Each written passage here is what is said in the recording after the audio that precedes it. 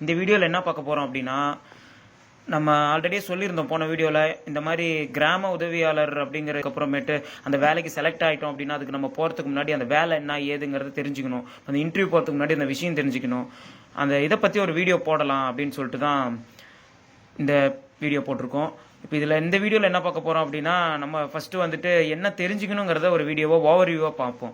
இப்போ VAO assistant ஜாபுக்கு நீங்கள் இன்டர்வியூ அட்டன் பண்ணுறீங்க, இல்லை நீங்கள் செலக்ட் ஆக போகிறீங்க அப்படின்னா ஃபஸ்ட் அதுக்கு முன்னாடி நீங்கள் அந்த இன்டர்வியூக்கு அந்த எக்ஸாமுக்குலாம் நீங்கள் தெரிஞ்ச வேண்டிய விஷயம், கிராம நிர்வாக அலுவலர் விஏஓ அண்டு அசிஸ்டன்ட் விஏஓட பணிகள். அதாவது எக்ஸாமில் நமக்கு வந்துட்டு சும்மா அப்படியே வாயில் டிக்டேட் பண்ணாங்க, நம்ம அப்படியே எழுதணும் தமிழ் அண்ட் இங்கிலீஷில், அவ்வளோதான் எக்ஸாம் நடந்துச்சு.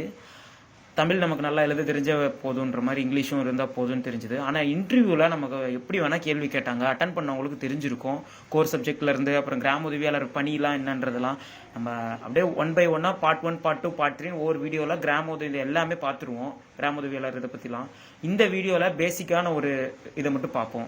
இப்போ விஏஓ அசிஸ்டன்ட் அப்படிங்கிற போது பார்த்தீங்கன்னா கிராம நிர்வாக அலுவலர், அதாவது விஏஓ அசிஸ்டன்ட் இருக்காங்கல்ல, அவங்க 2 பேரோட பணிகள் என்னங்கிறத ஃபஸ்ட்டு தெரிஞ்சுக்கணும்.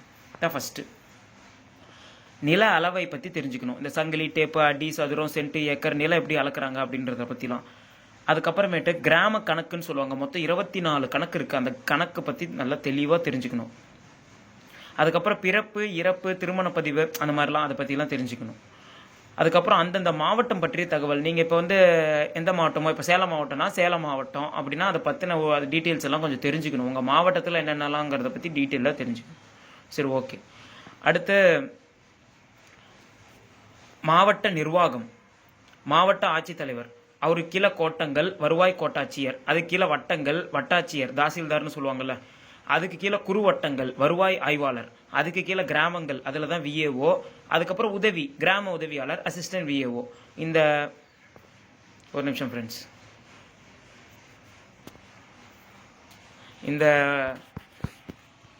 இதை நீங்கள் அப்படியே பார்த்து வச்சுக்கோங்க, ஃப்ளோ சார்ட் மாதிரி.